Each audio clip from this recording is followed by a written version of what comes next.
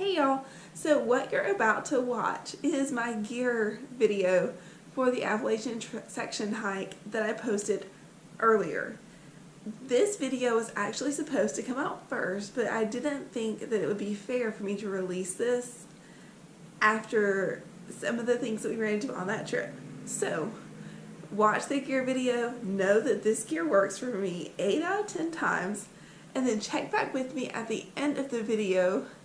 And I'm about to drop a massive news bomb on all of you guys who know me personally. Go ahead, get ready to serve me crow. I'm ready. I'll just go ahead and go set the table. Hey YouTube, welcome back to the Bama Hiker channel. As promised, here is the gear loadout for our Appalachian Trail section hike that we are going on.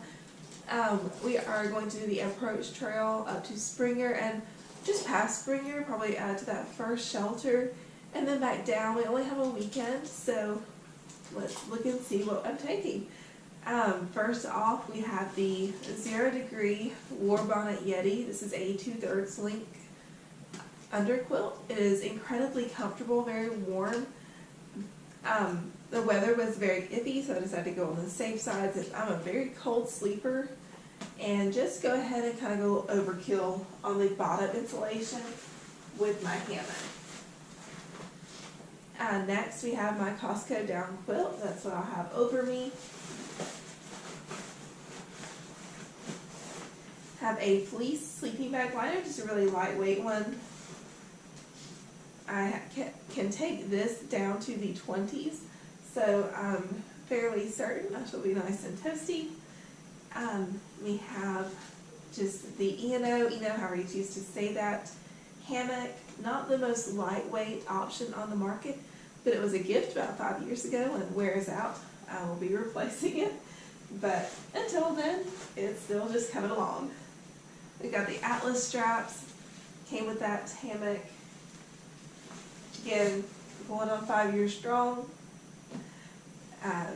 We've got my food bag, which has some really awesome upgrades to our coffee setup for the trail. Can't wait to show you guys. I'm going to save that for on the trail.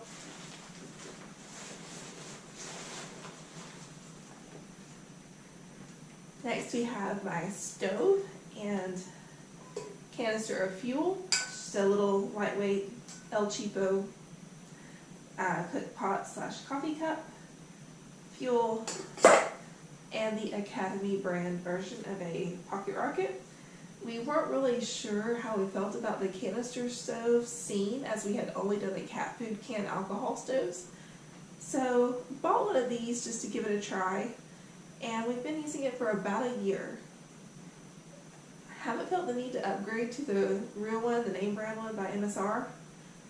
But when we want to just kind of go laid back, take some nice food, good coffee, good hot chocolate, that kind of thing, it's been a go-to. I do keep it in the little stuff sack. I know you ultralighters are probably cringing, but it keeps it from scratching and picking at things in my pack. So I will take the weight penalty. Now in the bottom of my pack is where I like to put my tarp. I do have my tent stakes rolled up in here as well. This was a gift about 4 years ago. It's that whatever brand. It's the ProFly. I have never gotten wet in it. It's gone on almost all of my trips, even on the trips if you follow me on Instagram where you've seen that I've just done a tarp on the ground. It's holding up fine. One day I'll replace it with some nice Dyneema, Cuban fiber, however you want to call that. So it goes in the bottom. I like to just sit my pack down and grab it without opening my main pack to the rain, if that is the case.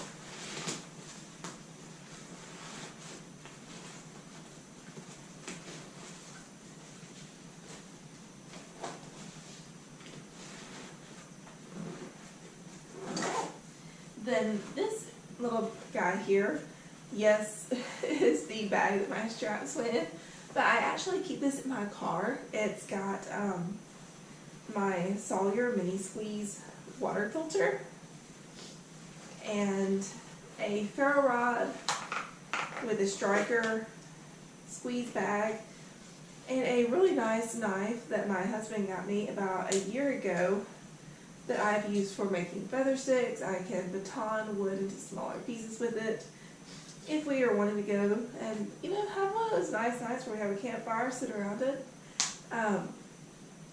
Great knife, not really lightweight, but the sentimental value makes it worth it to me.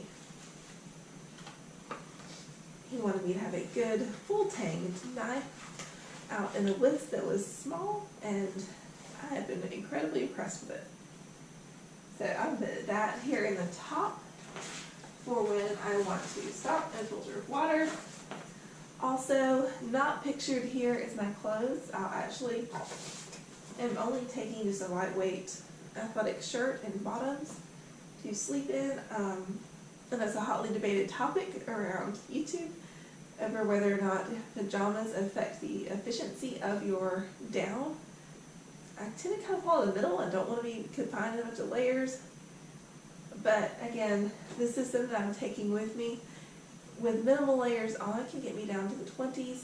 I'm also taking it down puffy, but I will actually wear that out the door in the morning, and it folds up incredibly small and will just go in the brain, as well as my rain jacket that folds up incredibly small, I mean just minimal, will go in the top as well. Just because I know I'm going to wear those out the door and probably to the trailhead. So really that sums it up as far as my gear. Now, one thing I am going to take this trip, because it is winter and we're taking the hammock and not the tent, is Sawyer, who I've got 70 pounds of pup laying behind me right now. You want to pop up and make an appearance? Sawyer. There we are. She's been snoozing behind me. She was super excited when I got out the pack.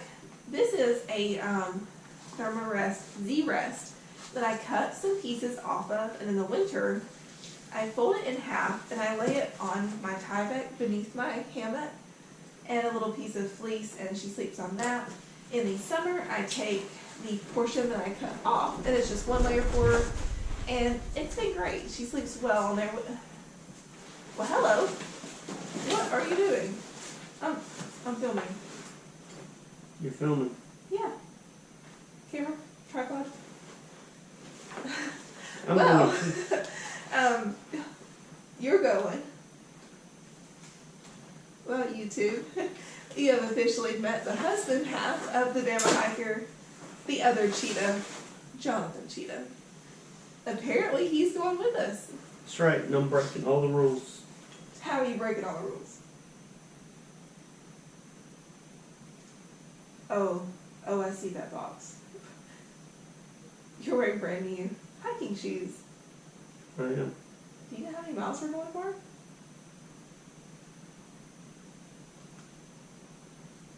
I don't. I know, because you just bumped it here on this trip. This was a girls' trip. Does that mean that the other male cheetah is going along as well? He could probably fit in my pack. He probably could. Bronte, you going? Weenie, come here. Are you going?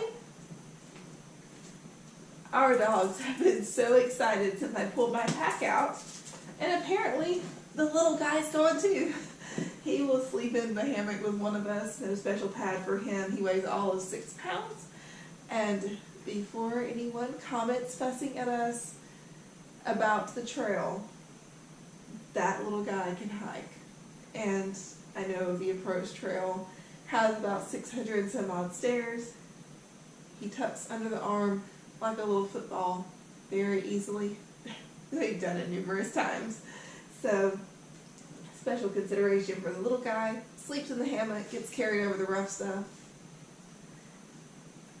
It'd be interesting to figure out exactly how many trail miles Bronte's covered.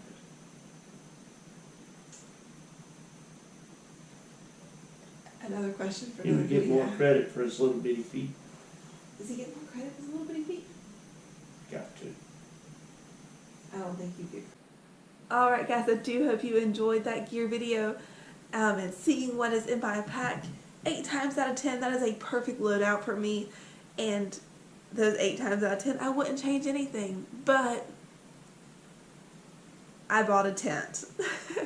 I just decided that it was better for me right now, where we are going to be taking more people on our trips with us, and having a 4-sided shelter for me is a lot more practical, especially on those trips where I'm the only female on the trip. Our guy friends are wonderfully respectful gentlemen, and it's never been an issue. This is just my personal preference. Also, if you saw in the video of the Appalachian Trail where the rain was blowing sideways, like most of my gear, my tarp is pretty minimalist. I could buy a larger tarp with doors and just negate the problem all the way around, but I didn't. And I had a good bit of rain blowing in on both ends. The wind kept changing directions. It wasn't something where I could have just set up differently. It was really, really gusting and blustering. Sawyer, who sleeps beneath me though, stayed incredibly dry because she was right in the center of the tarp, but both ends of my hammock were getting quite a lot of water. So it led to a very cold night, not something I care to repeat again. I've actually only gotten wet in my hammock 2 other times in my entire hammock camping 5 years. I've always enjoyed my hammock, but there's also always been that fiddle factor where as we've started taking more people and I have transitioned from somebody who always solo backpacked to now my husband goes, sometimes my stepsons go, we take friends from church with us, things like that. I just, kind of want that little space of my own. And also, now that Sawyer is 3, she's at a really good, nice, mature age for doing more miles.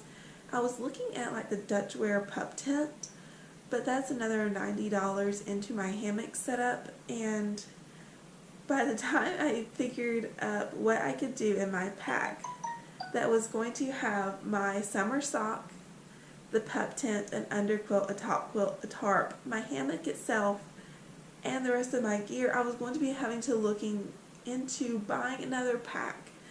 And it was just quickly racking up into being more than I wanted to deal with, especially if I went with a larger tarp. So, got a Nemo Hornet tent on its way. It packs down incredibly small. I was able to see it at the outfitter where I work in the evenings, so I know that it won't be an issue in my pack, and it gives the dogs a bug-free place to hang out and camp. Gives me a little more privacy when we have people with us, or when I just want, sometimes we just want a little space that's ours, and there's nothing wrong with that. And I feel like I'll be more confident with that in more inclement weather, because as little as I get to actually go out, I do check the weather, but I don't cancel trips for the weather.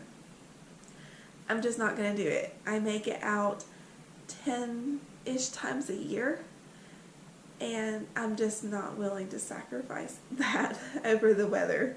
But that's it. Just making the transition from initially I was a tent camper, then I went through a super ultralight phase where I had my Climate Static V pad and my current hammock camping tarp. Took that on the ground a lot, so I know I'm comfortable on the ground. Then I moved to hammocks. Now I'm moving to an ultralight backpacking tent with my same sleeping pad, so it should be an interesting transition, but I'm going to do a comparison video and a review of that tent once it gets here. If you like what you see, hit that like button. If you have any tips or any questions, anything you want to see, comment them below. And you also hit that subscribe button to continue